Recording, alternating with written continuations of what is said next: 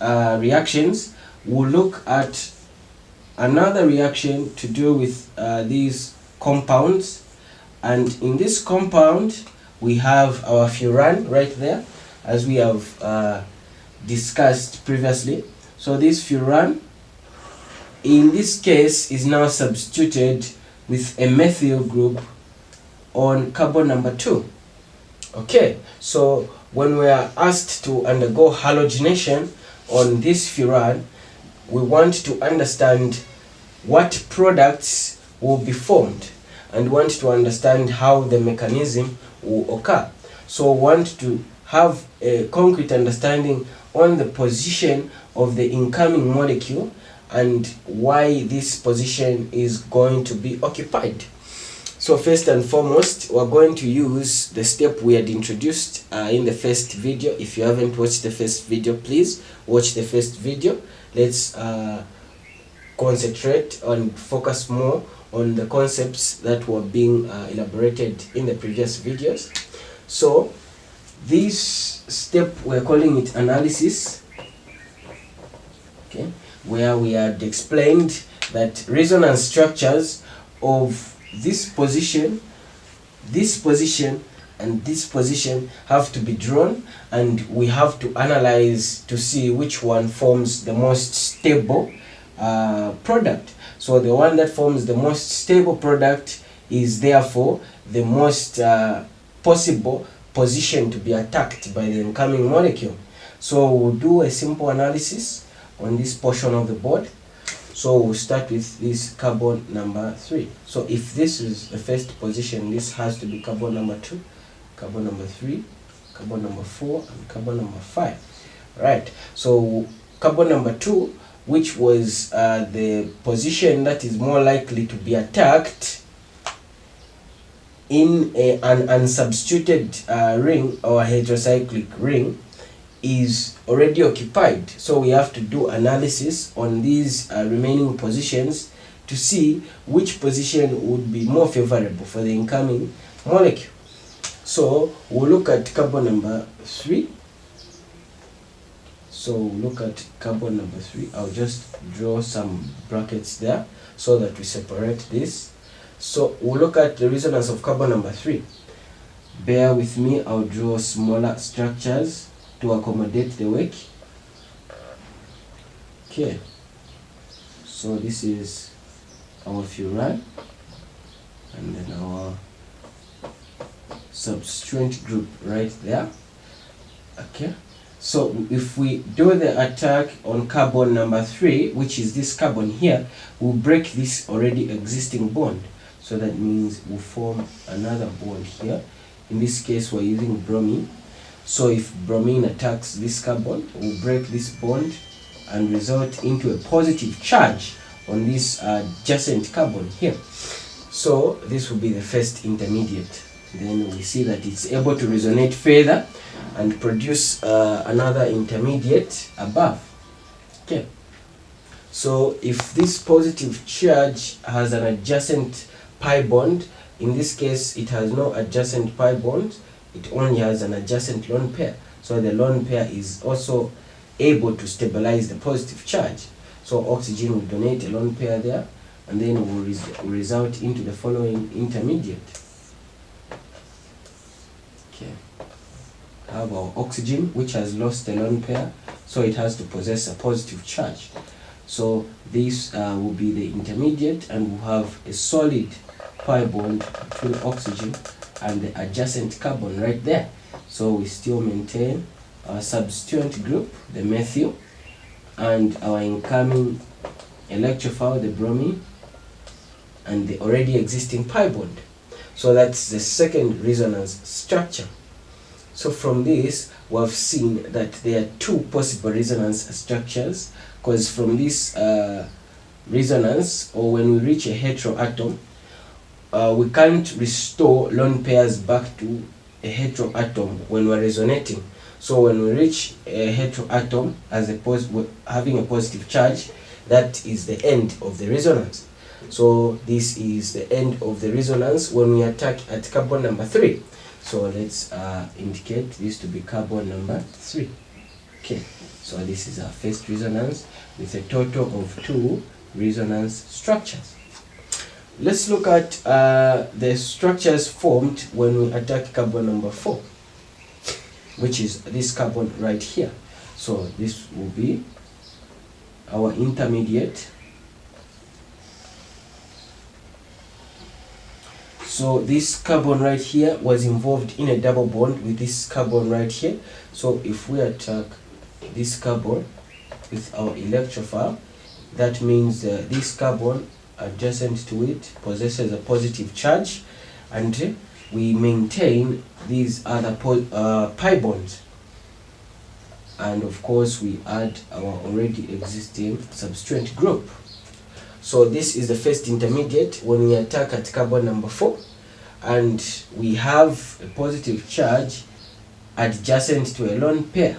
So this lone pair is able to undergo resonance within the ring, and it's able to stabilize this positive charge and produce a solid pi bond between oxygen and this carbon. Alright, so the product or the intermediate formed after the oxygen donates its pair, we have a positive charge on oxygen and a solid pi bond between oxygen and carbon. Okay, so these are our results. These are our results. Alright, so this marks the end of the resonance because the positive charge can't resonate further. Okay, so this is our second resonance structure. So let's include that to say this is carbon number 4. So carbon number 4 has 2 resonance structures, just as carbon number 3 had 2 resonance structures. Alright, so let's look at the final position, which is carbon number 5, and let's look at how many resonance structures it will yield. So I'll rub off the lower part. Let's hope we took note of this ring. Alright, so I'll write the structures below here. So if we attack at carbon number 5, that means our intermediate will appear as follows. So this will be our intermediate there, our furan molecule, which has been substituted with a methyl group. Okay, and we make the attack on carbon number 5. So if we attack on this carbon here, that means this bond that existed between C4 and C5 will break. So C4 will remain deficient. C4 will remain with a positive charge, while C5 has a newly formed bond with the incoming electrophile. So this is the first intermediate or resonance intermediate when we attack at carbon number 5. So when we look inside the ring, we see that adjacent to the positive charge there is a pi bond.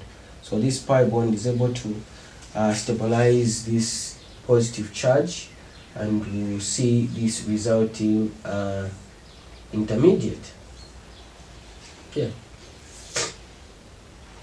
let's indicate the lone pairs. So if this pi bond shifts positions to stabilize this positive charge, we form a solid pi bond here.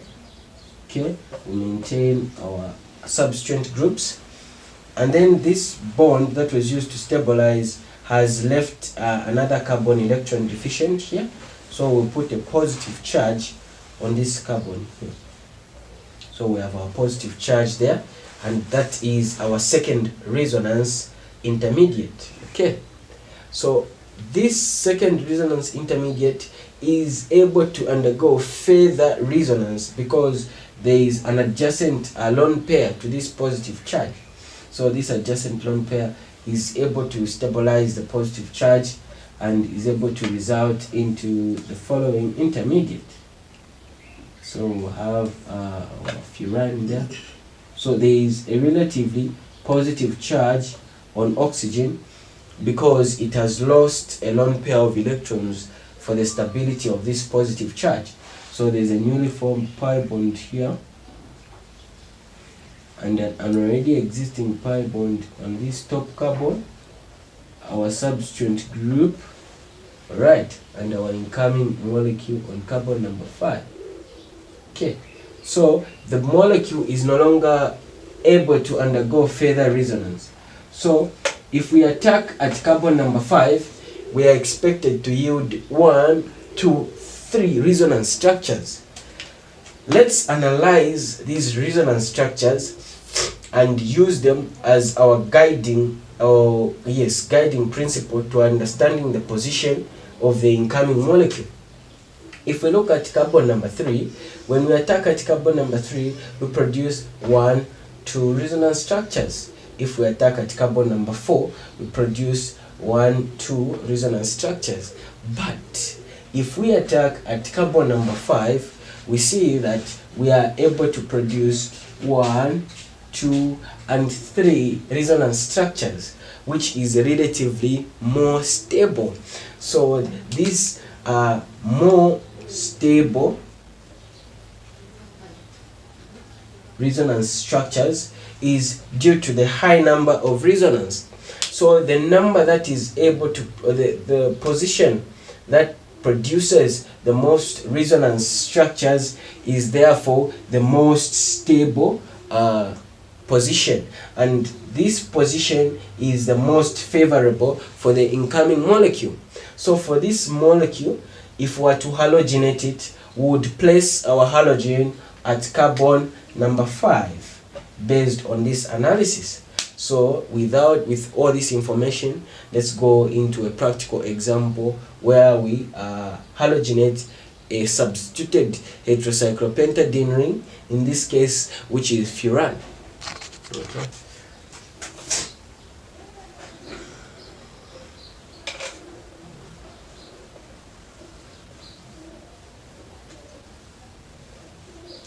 So we'll have our first step of the reaction, which will be always, as I've given you the tip to say, before you do any reaction, please write the full reaction as the first point. When you're writing a reaction mechanism, write the full reaction as the first point. It will give you a guide, and it will help you understand the products much better.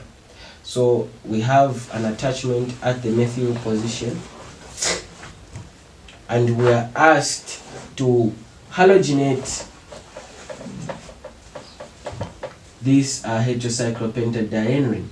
So we have our reactant, which is the chlorine, Cl2, and we have our catalyst, which is iron tetrachloride. Okay, so these two, reactant and catalysts, are going to be present in this halogenation reaction. So we've deduced to say the most likely carbon to be attacked is carbon number 5. So our product has to coincide with our analysis. So that means even the product we put on this overall equation has to have the incoming group at carbon number 5. That means we're accurate with our analysis. So we have included our electrophile at carbon number 5, and we have an aromatic ring here which has 2 pi bonds and our already existing methyl attachment. So this will be the major product of this reaction, and of which will produce some hydrochloric acid as a byproduct, and will produce back our iron tetrachloride as our catalyst, which remains unchanged throughout the reaction. So let's look at the step-by-step mechanism of this reaction. Okay. So in step 1 of this reaction, we'll form an electrophile. So the electrophile will be generated from the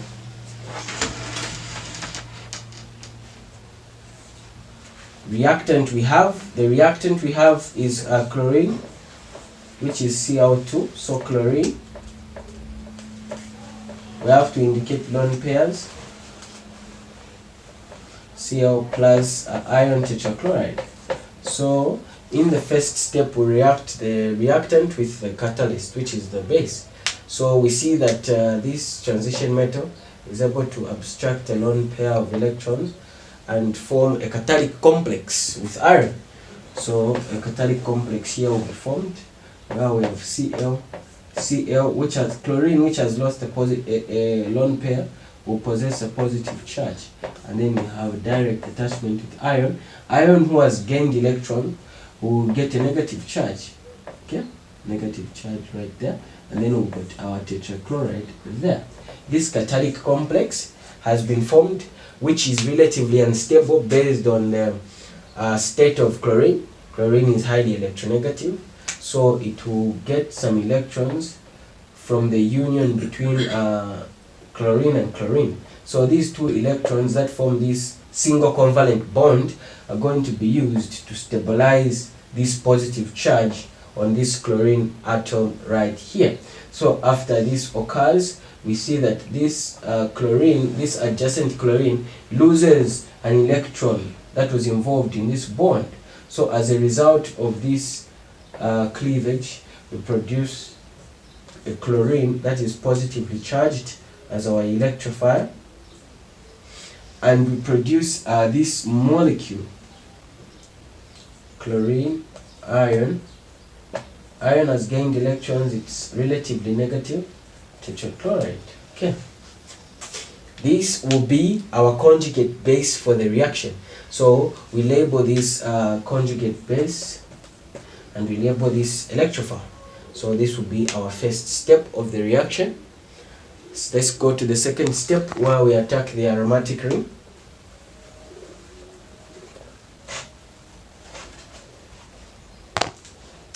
Okay, for the second step, we use our heterocyclopentadiene ring, okay, which has a methyl attachment on carbon number 2. So this aromatic compound will be attacked by an electrophile which was newly generated. We have a chlorine ion which is positively charged. So based on the analysis, we've deduced to say carbon number 5 is the most likely position for the incoming molecule. So that means the pi bond will break from carbon number 5, giving those electrons to the electrophile. So this will move in that direction. We'll have electrons flowing in this direction. So as a result of this flow, okay, we see that this bond here breaks and we produce this intermediate. Okay, so we produce, okay, we produce where our chlorine is here, and then we break this bond between this. So this carbon at this position remains electron deficient, so there's a positive charge on this carbon, and then we maintain the pi bond of the rest of the system. So this is therefore our resonance intermediate, our first resonance intermediate, and we see that within the ring resonance is able to take place as well, where the adjacent pi bond once is able to stabilize the positive charge. So this adjacent pi bond will undergo stabilization, and then it will form another solid pi bond on that position. So that leads us to our second resonance intermediate. Second resonance intermediate will consist of a newly formed pi bond at that position. Okay. Okay. This is our furan molecule. So we've created a newly formed pi bond at this position here. So we have a pi bond here, and we've broken another pi bond to form this pi bond. So there was a carbon here that was involved in the pi bond and is now electron deficient. So we need to put a positive charge there. So the positive charge is at this position here. So we still have to include our chlorine here and our methyl attachment there. So this is our second intermediate, resonance intermediate for this reaction. So this positive charge is adjacent to a lone pair, and a lone pair has the ability to stabilize this positive charge. So there will be further resonance within the ring, and will produce this last intermediate. So we have lost this lone pair from this oxygen. So oxygen possesses a relatively positive charge, and we still maintain the two lone pairs. We have our chlorine here. We have our methyl attached here, and we have our pi bond here, our newly formed pi bond here. So this is the final resonance structure, and as we can see, we have formed 3 resonance structures from this interaction. Okay, so without further ado, we can go further to the third step, where we restore aromaticity of this ring.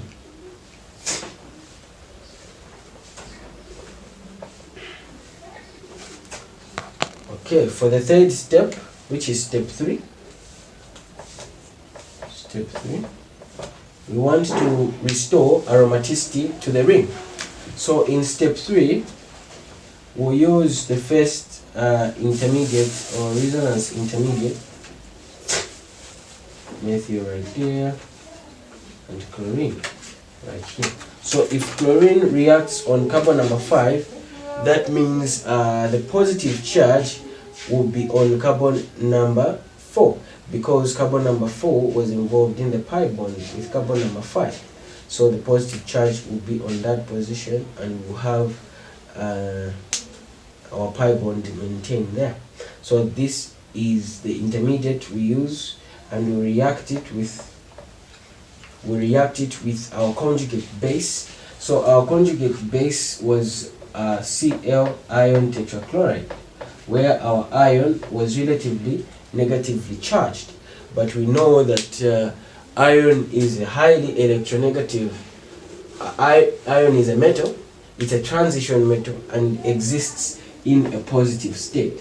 So iron exists in a ferrous state, and iron exists in a ferric state. So it's positive, so it can't exist with a relatively negative charge.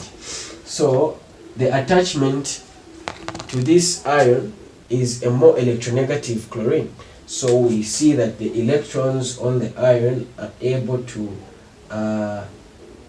undergo some resonance, and they are able to give these electrons to this chlorine, a more electronegative atom than this iron. So the more electronegative atom will get the excess electrons from chlorine, and will result in breaking of this bond here. And when that bond breaks, our chlorine will be relatively negative. So that is the base we use in this step. And accompanied with that base, we've also produced back our iron tetrachloride, which is our catalyst. Okay, so this negatively charged chlorine atom is going to react on the position of the incoming